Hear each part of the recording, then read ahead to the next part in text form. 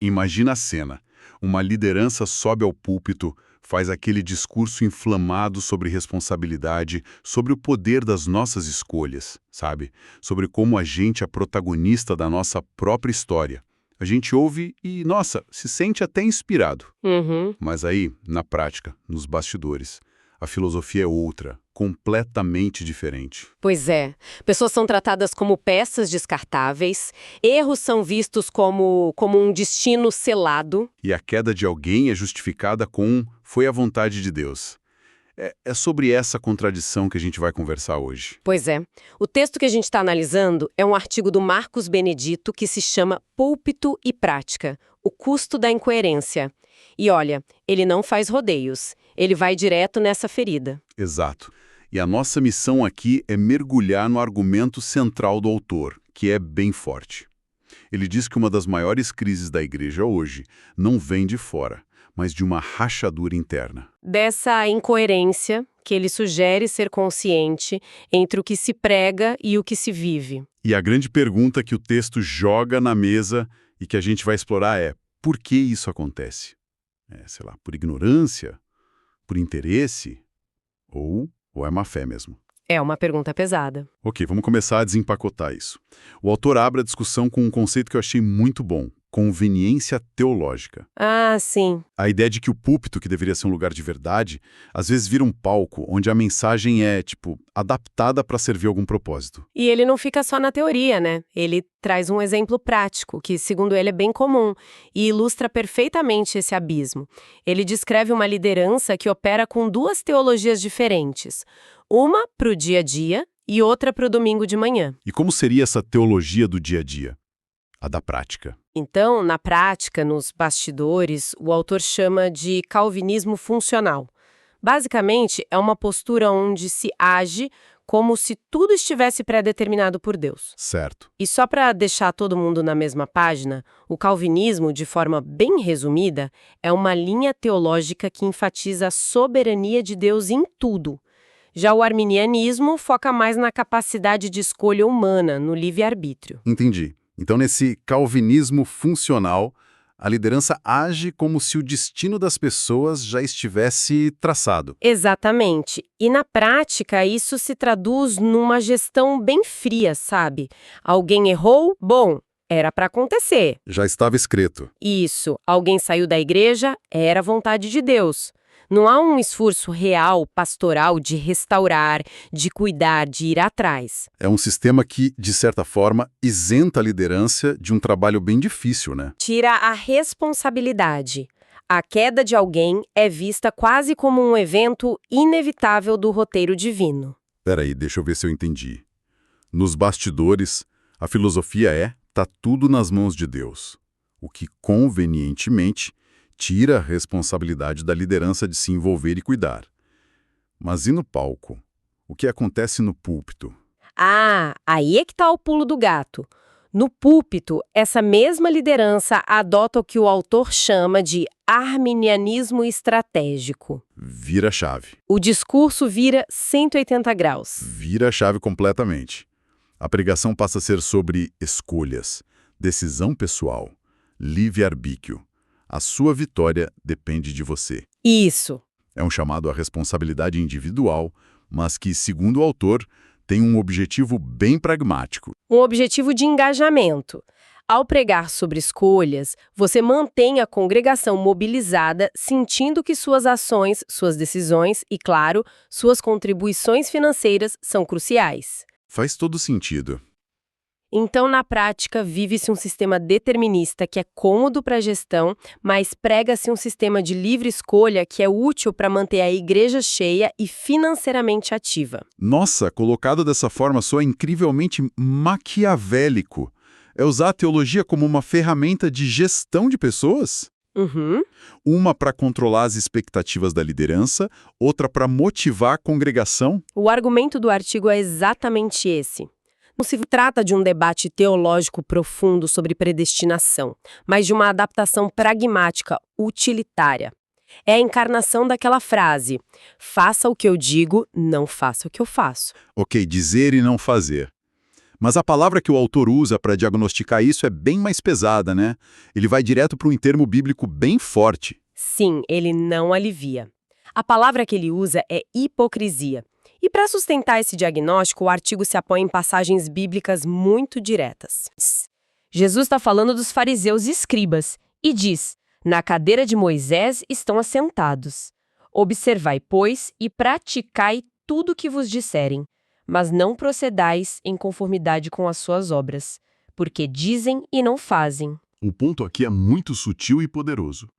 A crítica de Jesus, pela análise do artigo, não era que eles não sabiam a lei. Pelo contrário. Eles eram os especialistas. O problema era o uso que eles faziam desse conhecimento. Precisamente. O conhecimento da verdade se tornava uma ferramenta para manter o poder, o status, o controle. Era algo a ser imposto aos outros, mas não necessariamente vivido por eles mesmos. A verdade deixava de ser um princípio de vida para virar um instrumento de dominação. Isso. E essa dualidade aparece em outros lugares. O artigo também cita Mateus 15, que é outra fala de Jesus. Este povo honra-me com os lábios, mas o seu coração está longe de mim. É a imagem perfeita desse abismo, né? Entre a performance externa e a prática real. Essa é a essência da hipocrisia que o texto denuncia. Certo. Então, o diagnóstico é hipocrisia. Mas a pergunta continua. Por que isso acontece? E o autor começa pela hipótese, digamos, mais branda, a ignorância. Isso. A primeira possibilidade levantada é a ignorância teológica. A ideia de que talvez alguns líderes estejam só repetindo discursos, jargões, sistemas que ouviram por aí. Sem refletir muito sobre as contradições. Exato, sem pensar nas implicações. O artigo até menciona a passagem de Oséias. O meu povo foi destruído por falta de conhecimento. Mas essa desculpa da ignorância me parece um pouco fraca, não? Até que ponto um líder pode realmente não saber o que está fazendo, especialmente quando a contradição é tão gritante? É um bom ponto, e o próprio autor concorda com isso. Ele fala com todas as letras que essa explicação não se sustenta por muito tempo. Ah, bom. A ignorância pode ser o ponto de partida, mas em algum momento a dissonância entre o que se fala e o que se faz fica tão óbvia que, bom, continuar nela exige algo mais. Ok. Então, se não é só ignorância, para onde o argumento vai? Ele entra na segunda causa, que é bem mais problemática: interesses pessoais e institucionais. Aqui, a motivação para manter essa dualidade já não é falta de conhecimento, é cálculo. É estratégia. É estratégia. A manutenção do status quo se torna o objetivo principal. E que tipo de interesses seriam esses? O que o texto lista? Ele lista alguns bem diretos. Manter o número de membros, o que garante a relevância e o poder da liderança. Preservar o fluxo de dízimos e ofertas, que sustenta a máquina institucional. Evitar problemas. Evitar confrontos e conversas difíceis que poderiam causar desconforto. E, claro, proteger a imagem e a reputação do líder. Nesse cenário, a verdade deixa de ser o bem maior e vira só uma variável a ser gerenciada. Nossa, isso muda tudo. A igreja deixa de ser um lugar de transformação para ser um lugar de administração de interesses. Exatamente. E o artigo conecta isso a uma passagem de 2 Timóteo 4, que soa quase como uma profecia. Pois virá tempo em que não suportarão a sã doutrina. Pelo contrário, cercar-se-ão de mestres segundo as suas próprias cobiças. Uau! A análise que o texto faz é devastadora. Quando o púlpito é moldado pelo que as pessoas querem ouvir e não pelo que precisam ouvir, a instituição muda de natureza. Ela vira uma empresa. Vira uma empresa religiosa. Onde a pregação vira o produto e a congregação vira o cliente. O objetivo passa a ser a satisfação do consumidor para garantir a fidelidade dele. Exato. E o sucesso é medido em números, em crescimento, em aplausos e não em integridade ou coerência. Isso já é muito problemático, mas imagino que o autor vai ainda mais fundo. Qual é o pior cenário que ele descreve? É a terceira e última causa que ele explora, a má-fé espiritual. Esse é o ponto mais sombrio da análise. É quando a incoerência não é fruto de ignorância, nem só de cálculo de interesses. Ela é consciente, deliberada e estratégica. Aqui já não tem desculpa, então. É intencional. Nenhuma desculpa. Nesse estágio, a dualidade de discursos é uma ferramenta usada com pleno conhecimento de causa, e as implicações que o autor aponta são terríveis. A Bíblia vira um arsenal de versículos para manipular. A teologia vira marketing. Exato, vira uma sofisticada estratégia de marketing. E a aparência de convicção e piedade no púlpito é só isso. Uma performance, um teatro. Nossa, a linguagem usada para descrever isso na fonte deve ser muito dura. É duríssima.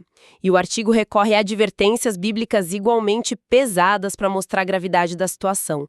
Cita, por exemplo, Jeremias 23. Ai dos pastores que destroem e dispersam as ovelhas do meu pasto. A palavra é destroem. Destroem. E também usa uma passagem de Tito, que fala sobre enganadores que pervertem casas inteiras. E a ordem é direta. É necessário fazê-los calar. A linguagem é quase de violência. Destroem, fazê-los calar? O autor está argumentando que essa incoerência não é só um erro administrativo.